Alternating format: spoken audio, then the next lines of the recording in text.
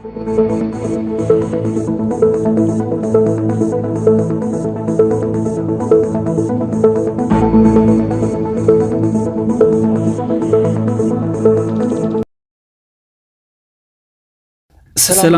عليكم خبركم تخاتلت هورنسكوب نيوز زيناتات زعلت حزلكم قريبا لخوك قندي ارستا زينه قدم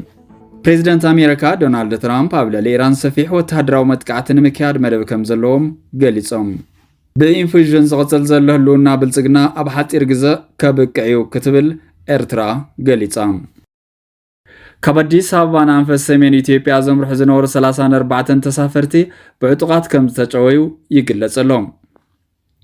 አበዝ ተፈላልዩ ከባብታት ትግራይ ግፍ ሓድሽ ተመናሰይን ነባራት አባላት ሰራዊት ትግራይን ይካየድ ከም ዘሎ ይግለጽሎም ዘብዕተከዘ መከላኸለ ሃገር ኢትዮጵያ ዝምክሕሉ ሓይሊ ኮይንሎ ኢሉ ደመቀ ዘውዱ ቀንደ እንደርስታት ሆርንስኮፕ ኒውስ ኣብ ምክታል ጸኒሕኩም ሓዚ ድማ ናብ ዝርዝሮም ክሰግር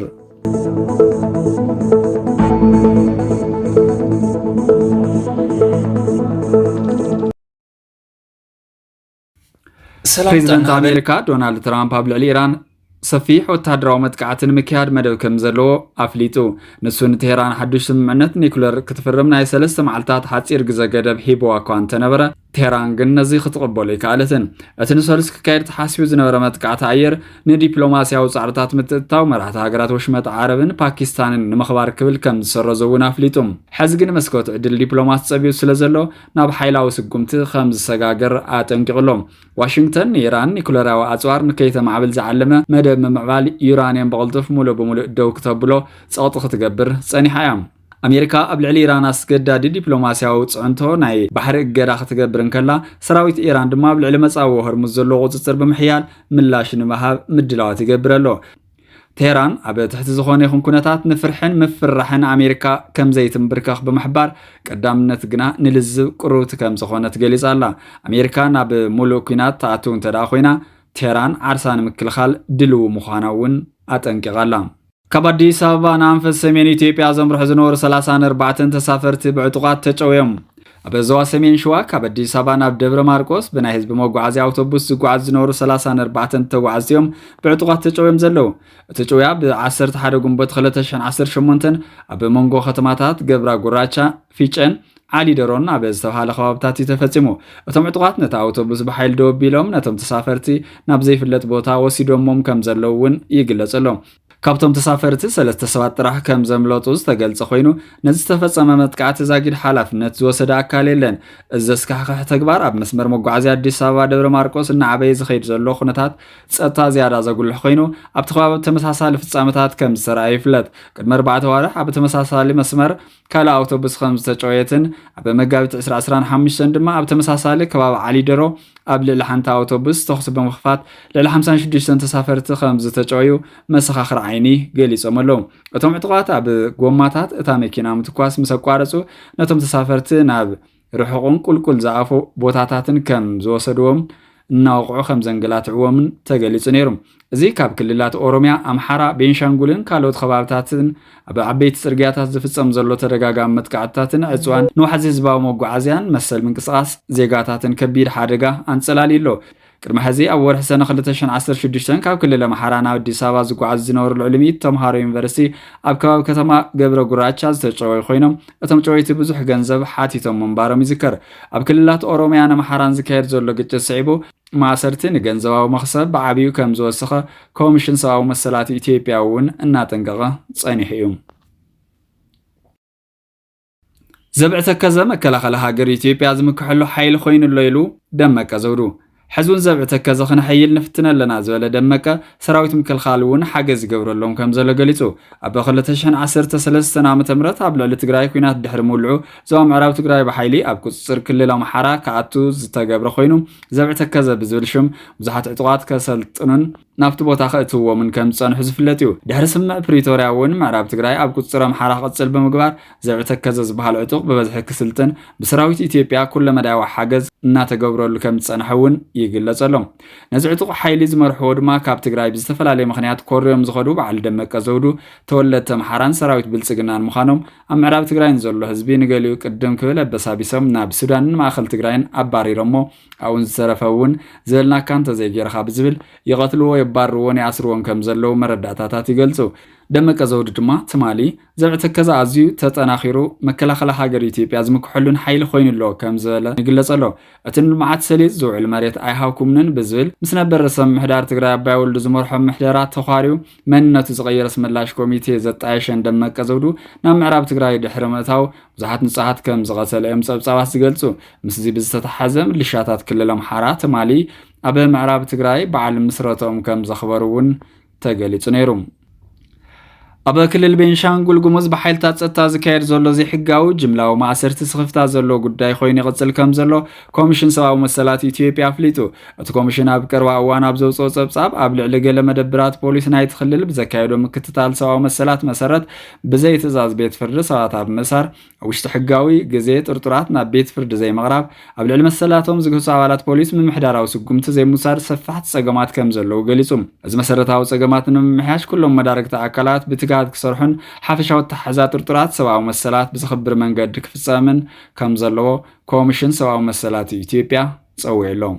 ኣብ ዝተፈላለዩ ከባብታት ትግራይ ግፋሕ ሓደሽቲ መናእሰይን ነባራት ኣባላት ሰራዊት ትግራይን ይካየድ ከም ዘሎ ይግለጸሎ ወሃብ ቃል ውድብ ህወሓት ኣይተ ሚካኤለስ ገዶም ብወገኑ ዘይንቁርጦም ህዝቢ ንኸውን ስለ ዘለና ጸላይና ዓርሰ እምነት ሲኑ ናብ ደንበርበር ኣትዩሎ ክብል ገሊጽሎ ወለ ፕሪቶሪያ ኣፍሪስካ ተወንዚፉ ዝነበረ ቤት ምኽሪ ክምለስ ብህወሓት ዝተወሰነ ውሳነ ሓድነትና ክጠናኸር ካብ ምኻሉ ብተወሳኺ ልዕሊ 2 ሚልዮን ህዝቢ ደጊፍዎ ክብል ኣይተ ሚካኤለስ ገዶም ገሊጽሎም ናይ ሓይሊ ሰላልፋና እውን ቅቡልነትናን ተሰማዕነትናን ከዓቢ ኣኽኢሉና ኢሉ ናይ ሓይሊ ሰላልፋና እውን ቅቡልነትናን ተሰማዕነትናን ከዓቢ ኣኽኢሉ ኢሉ እዚ ብዝተተሓዘ ኣብ ዝተፈላለዩ ከባብታት ትግራይ ጽዑግፋ ይካየድ ከም ዘሎ ይግለጸሎ ኣብ ዞባ ሰሜናዊ ምዕራብ ትግራይ ሓደሽትን ስልጠና ወሲዶም ዝነበሩ መናእሰይ ከም ዝተገፈፉ እውን ዝሓበረ ኮይኑ ኣብ ዞባ ምብራቕ ትግራይ ከባብታት ገርዓልታን ዕዳጋ ሓሙስን እውን ተመሳሳሊ ግፋ መናእሰይ ምንባሩ ካብ ትግራይ ዝወፁ ዘሎ ሓበሬታታት እናገለጹ እዮም ኣብ ትግራይ ኣብያተ ትምህርቲ كيد مهار مستمهار 30 قنبت 2018 متمرت كعصوا بهوحات ዝተውሃበ ትእዛዝ ሲዒቡ ህዝቢ ዳግማይ ናብ ኩናት ዶከቱ ናይ ኾነ ዝብል ጭንቂ ሓዲርዎ ከም ዘለውን ይግለጽ ኣሎ ወሃብ ቃል ህወሓት ሚካኤል አስገዶም ግና ማህያ መምራን ስለዘለ ምቁራጽ ከይጋጠም በመስጋእ ዝተወሰነ ውሳነ ዳንበር ናብ ኩናት ንምእታው ተሓሲቡ ኣይኮነን ክብል መሊስሎም ብኢንፊዥን ዝንቀሳቐስ ዘሎ ህልውና ብልጽግና ኣብ ሓጺር ግዜ ከብቅዒው ክትብል ኤርትራ ገሊጻ ሚኒስትር ሓበሬታ ኤርትራ ኣብ ዘውፅኦ መግለጺ ጅለ ብልጽግና በዓሉ ብዛጎደ ሓውና ተለብለበ በቁልጥፍ ይቕምረሎም ነዊሕ ኣብ ዘይኮነ ግዜ ከም ፖለቲካዊ ሓይሊ ታሪኹ ከኽትም ምዃኑ ድማ ህልው ኩነታት ኢትዮጵያ ኣፈውፅኡ ይዛረበሎ ኢሉ ብልጽግና በዓሉ ብዝፈጸሞ ስትራቴጂካዊ ጌጋታት እዩ ለሰቐት ለተፈጺሙ ዝሰናበት ዘሎ እዚ ብታሪክ ሓድሽ ኣይኮነን ጠንቂ ውድቀት ፖለቲካውያን ሓይልታት ኩሉ ሻዕ ብልጽግና ቀደምውን በኢንፊዥን ሓድሽ ዝጓል ዘዋና ቁሩብ ተሳሊም በር ነዝቢ ኢትዮጵያ ኾነ ነቲ ኩለየ ዝብል ህዝቢ ኦሮሞ ዝምጥን ዕላማ ኾነ ብቕዓት ኣይነበሮን ተኸብቲ ንባዕሎም ኣብ መዋጥር ምስ ተሸሞም ድማ ዋኑ ከም ዝጠፍኦ ኸልቢ ጭሩእ ደጉሉ ኣብ ተነጽሎን ቀባሕባሕን ዝርከብ ጉጅለ ኢሉ ጠንቂ ውድቀትን ሕልፈትን ብልጽግና ካብ ህዝብታት ኢትዮጵያን ማሕበረሰብ ዓለምን ዝተሰወረ ይኮነን ድሕሪ ምባል ዕብለላ ሓደ ወገን ንምርጋዝ ዝተኸተሉ ዓሌታዊ ከፋፋሊ ኣነቓዋትን ፖለቲካ ከም ኣካል ናይዚ ፖሊሲ እዚ ኣብ ልዕሊ ገዛ ህዝቡ ዝኣወጀ ኩናት በብኸባቢኡ ዘጋጥሞ ዘሎ ወታደራዊ ስዕረትን ንጉሒላታት ውሽጥን ግዳምን ሰፊሕ ባይታ ዝፈጠረ በጸቕጢ ግዳማውያን ሓይልታት ዝተኣታተወ ጉጉይ ቁጠባዊ ፖሊስታት ብልሽው ምሕደራን ኣብ መነባብሮ ህዝቢ ፈጢሩ ዘሎ መረረት ኣብ ክንድና ብሰናይ ጉርብትናን ሓበራዊ ዕብየትን ምኩማት ትካዎ ሰኒካ ዞባዊ ጎውለል ናይ ምዃን ጥሙት ነብስኻ ዘይምእማን ኣብ ሓይልታት ግዳም ምምርኳስ ንረብሓታቶም ምኽዳም ምኽንያታት ውድቀት ብልጽግና ምዃኖም ገሊጽሎም ቀታል ብልጽግና እዚ ስትራቴጂካዊ ጌጋታት እዚ ምዃኑ ንኹሉ ንጽርና ኾነ ተወርሳዊ ሕማም ደጊሱ እዚ ጉጅለ እዚ እውን በቲ ሓቀኛ ጠንቂ ውድቀቱ ከኣምን ኣይደለን ልክዕ ከም ዝሓለፉ ስርዓታት ኢትዮጵያ ጠንቂ ውድቀቱ ኤርትራ ምዃና ንምእማን ጽዑቕ ጸለመ ተታሒዝዎ ይርከብ ኢሉ ድሕረይ ሳዕረይቱ ቆላብ ዝዓይነቱ ሕስድና ድማ መንጎ ህዝብታት ኤርትራን ኢትዮጵያን ንወለደታት ዘይዓርፍ ግጭት ወልዑ ንምሕላፍ ቀደም ብሕግን ታሪኽን ዝተዓፀወ ጉዳይ ኣፍ ደገ ባሕሪ ልዒሉ ነቲ ዝፈንፈኖ ህዝቢ ኢትዮጵያ ደቂስካ ይትሕደር ዝዓይነቱ ናይ ተስፋ ምቑራፅ መርዝታት ክተፍኣሉ ይውዕል ኣሎ እቲ ዕላማ ንጹር እዩ ናይ ዕፅዋን ክርድናን ጭኑቕ ስናምሮ ብምፍጣር ህዝቢ ኢትዮጵያ ባሕሪ መፍትሒ ኩሉ ሽግራት ገይሩ ንኸወስዶ ብዛዕባ ምጉስጓስ በዚ መንገዲ እዚ ቃልዎ ካብ ውሽጢ ናብ ደገ መቕናዕን ናብ ህዝቢ ኢትዮጵያ ከምዚ ዓይነት መርዝ እናተፋእኻ በቲ ካልእ ወገን ንማሕበረሰብ ዓለም ኣብ ውግእ ከይናትዕረቑና ብዝብል ምሕፅንታታት ኣብ ዓብዪ ሒዝዎ ዘሎ ዕላማ ምዃኑ ገሊጹ ጉጅለ ብልጽግና ኣብ ውሽጢ ኢትዮጵያ ዘካይዶ ዘሎ ዘመተ እውን ብተመሳሳሊ ዘገርም እዩ ብሓደ ሸነኽ ሃዋርያ ሰላም መሲልካ ለይትን መዓልትን ንብዓት ሓርገጽ መንባዕ በቲ ካሊእ ዝስልጥን ዘሎ በዝሒ ወታደር ኣብ ቴሌቭዥን ደጋጊምካ እናረኻ ሓያል ምምሳር ዘፍርሕ ቴክኖሎጂ ውግእ ከም ሰዓተካ ኣምሲልካ ምህዳድ ኣጽዋር ጻዕና መኻይን በማእኸላት ከተማ እናመላለስካ ንህዝቢ ምርዓድ ህዝቢ አንጻር ተቃውሞታት ምን ትኽልዓል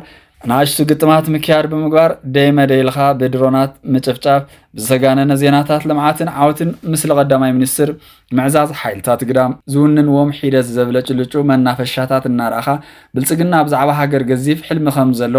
ህዝቢ ክንዮ ግዝኣታዊ ጸገማት ናብቲ ዝመጽእ ተኣምር ከጥምት ብጻዕቂ ምጉስጓስ ጉዳይ ምርጫን ካልእ ፍልያትን ግልዋ ብምግባር ክልል ክኾን ጠለም ዘሎ ዘይብሎም ንኽፍለይ ብምትባዕ ኣቃዋሚ ማሕበረሰብ ናብ ዝደቀቀ ምክፋል እምነታት ኦርቶዶክስን እስልምናን ኣብ ውሽጦም ከም ዝኸፋፈለ ምግባር በብኸባቢኡ ዝጸንሐ ፍልያት ብምዝማዝ ሃይማኖታውን ዓሌታውን ግጭታት ምብራዕ ጉጅለ ብልጽግና ብከምዚ ዓይነት መተሓዛይ ዘይብሉ ሕድሕዳዊ ግጭት ሕንፍሽፍሽን እዩ ስልጣን ከብቅዕ ህድግ ዝብል ዘሎ ንኸይጸድፋ ቁንጠፍጠፈ ይሕዛ እዩ ነገሩ ህዝቢ ኢትዮጵያ ልቦና ይሃቦ ነዚ ድሕረይ ሳዕሪ ኣይትውቀላ ዝዓይነቱ ቅፅበት ንህዝቢ ኢትዮጵያ ንሕድሕዱ ስጉራውትን ናቂቱ ዕምሩ ከናውሕ ዝህቅን ዘሎ ስርዓት ደም ምፍሳሳይን ደልን ሰላም ይድሌትና ብዝብል ውሳነ ብዙሕ ሰብ ከይከለመ ናብቲ ዘይተርፍ ዕጩ ከሰናብቶ ይግባእ ኢሉ ዜናታት ሆርንስኮፕ ኒውስ ኣብ ምክትታል ጸኒሕኩም ሰላም